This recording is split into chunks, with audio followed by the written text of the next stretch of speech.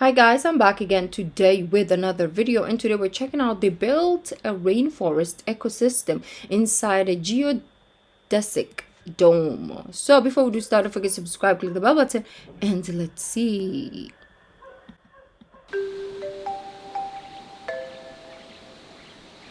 This is not real.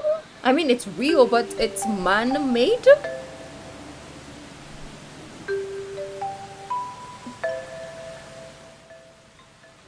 Eden Project's a living theatre of plants and people, and it's built in this massive bowl which used to be a china clay pit.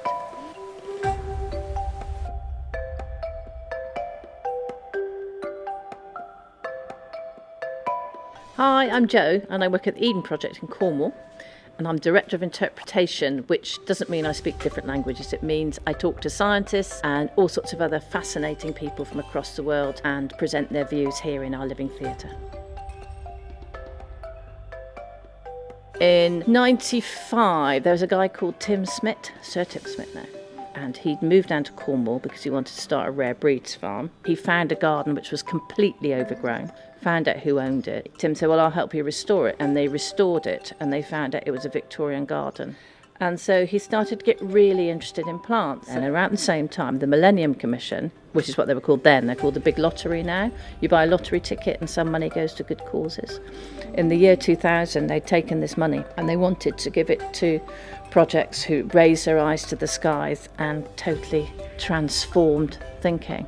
So Tim said, oh, well, let's build the biggest greenhouse in the world in a hole in the middle of Cornwall where nobody can see it, and put a rainforest in it to demonstrate transformation. Sounds like a good idea. So I rocked up to speak to Tim actually before this, because all these lorries weren't here, and the first thing he did was take me down and show me this crater in the ground. And I remember I was standing about there.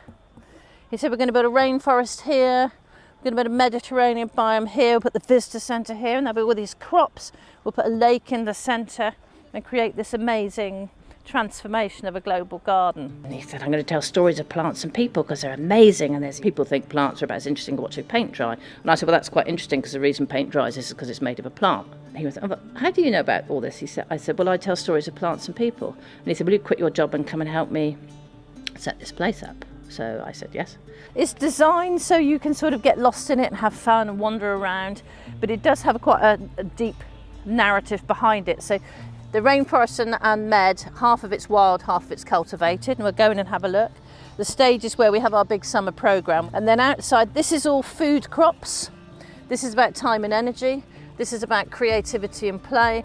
This is about water, and this bit round the edge is the wild edge. It all transpired he didn't have any money. So then he went to the Millennium Commission, who were giving out grants there, and there was 3 categories. You could get an A, go build it. A B, go back and work it out, and C, no good. So any idea what we got? C. Yeah, we got a C. Yeah. So he came back and we said, what have you got? And he said, it's a sort of A or B or sort of C-ish.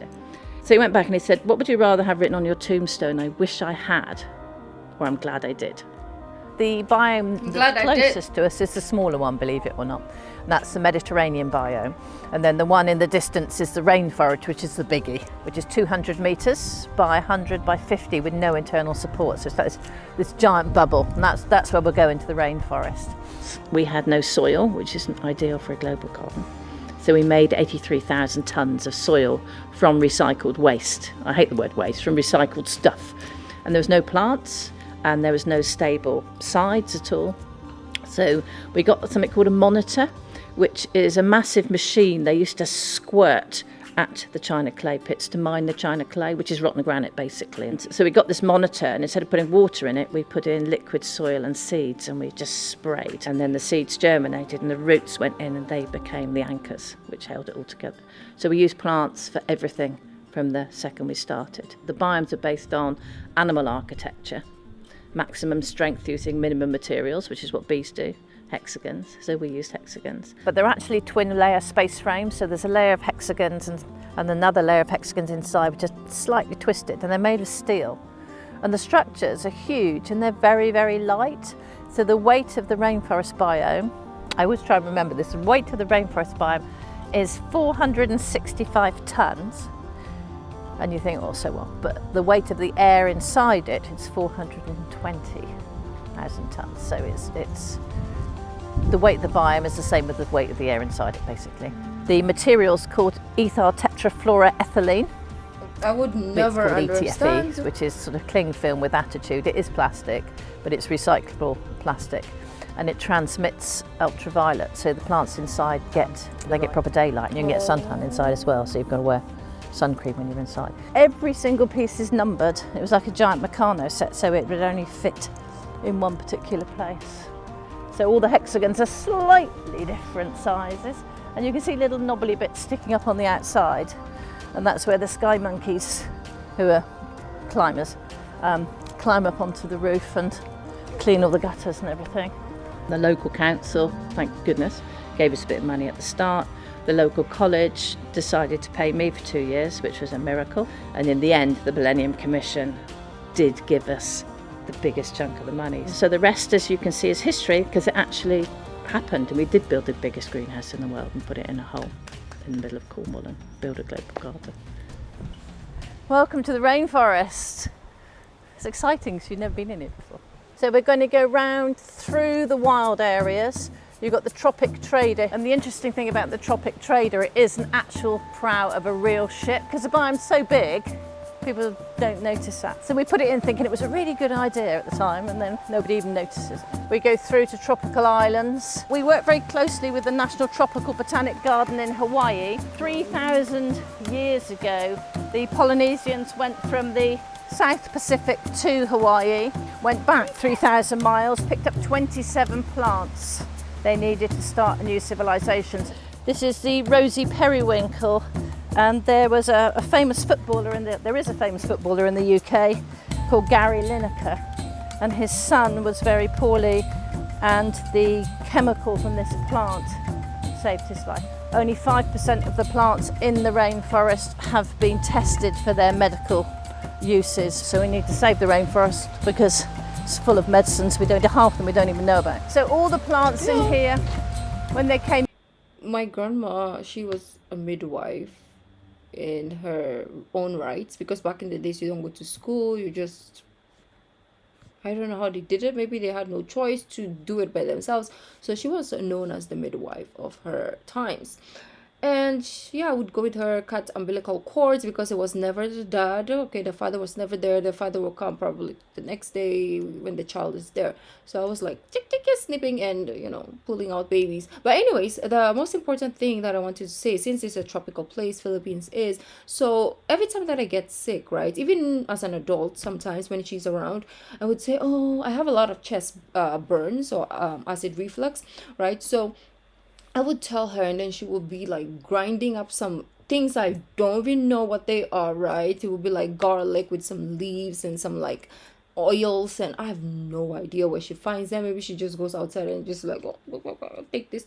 I have no idea what she does. I just trust her because, I mean, everybody's fine so far, right? So she would just rub it on my chest, and I'm like, hallelujah, what? Because sometimes they will give you medicine for acid reflux or heartburns. It's not working. But then she just rubs this concoction that she made on my chest, and I'm like, okay, maybe it will happen again in like 2 months or whatnot. But if you take the medicine, it could happen the next day. But this freaking concoction of herbal essence, I have no idea. I need to ask her before she passes, to be honest. Maybe she doesn't even know. I mean, they were either seeds or cuttings. Mainly we got them from Europe because we didn't want to take anything out of the wild.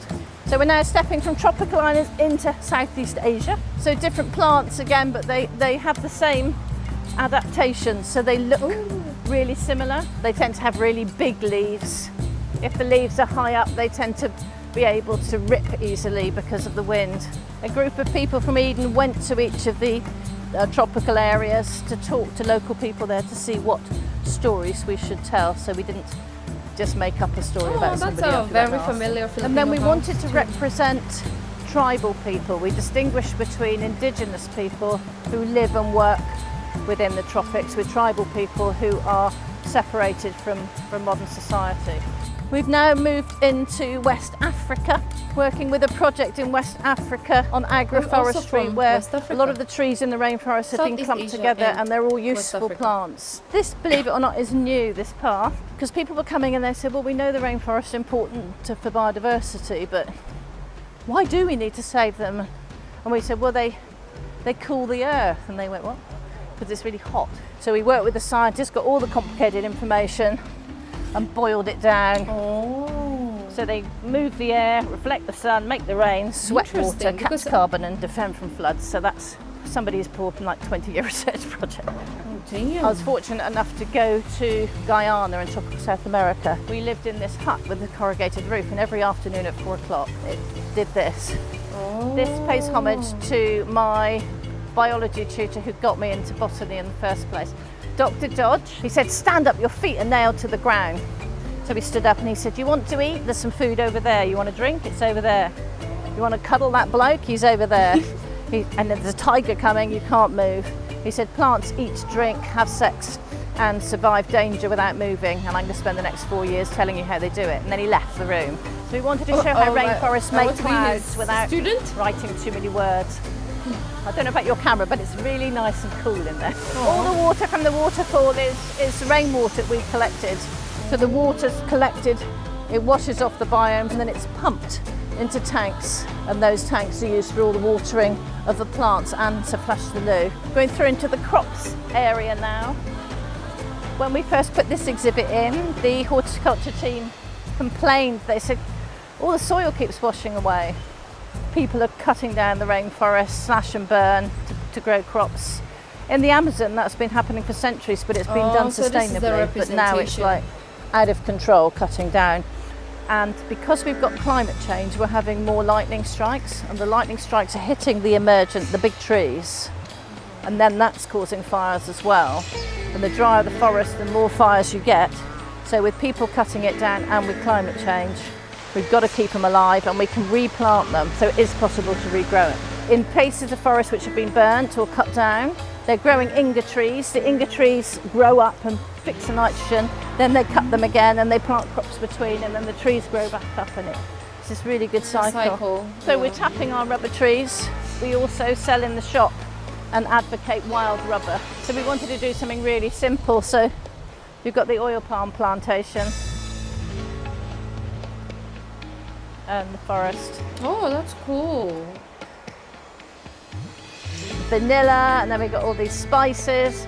The one at the back is cardamom, and that is the rainforest biome. If you make compost, if you live in the city, you can make it in a worm bin in your backyard or on your balcony, or even in your kitchen apparently, and recycle all that waste. That locks down as much carbon as you've produced by boiling your kettle with electric for a whole year. We've got 17 different waste streams on site.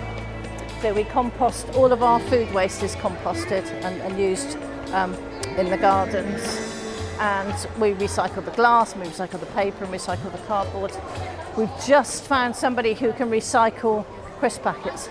Mediterranean biome. So we have the perfume garden. You come through into the Mediterranean, California, South Africa, Western Australia. Totally different places, same climate. It's just where all the wine comes from. And then olives. Through into the crop zone. And then in the middle we have a Mediterranean cafe where you can eat all the food that you've just seen. Ooh. And our olive trees had reached the end of their life in where they came from, and they were going to put a road in, so we rescued them, but they had to go in quarantine for 18 months. Right in front of me is one that's 1,500 years old, so it's seen a great deal. And we have storytellers. So every day at 12 and 2, the storytellers come out and tell a story. These guys are doing the Library of Life, LOL. So all these nets, ghost nets, make them into chairs. And it shouldn't go in there in the first place, but when it is in there, let's do something with it. So here we've got some more crops. We've got aubergines, we've got tomatoes, we've got cork. The cork tree is one of the only trees that if you take its bark off, it doesn't die. Most trees die if you take their bark off. It's really light. So it's used in spaceships, it's used in railways, on the tracks. It's got so many different uses. So you can harvest it and keep the forest alive at the same time. So it's lovely. In the restaurant in there, we do weddings and all sorts. And when you eat in there, and you're in the middle of a meeting and chatting away, you can really suspend disbelief about where you are.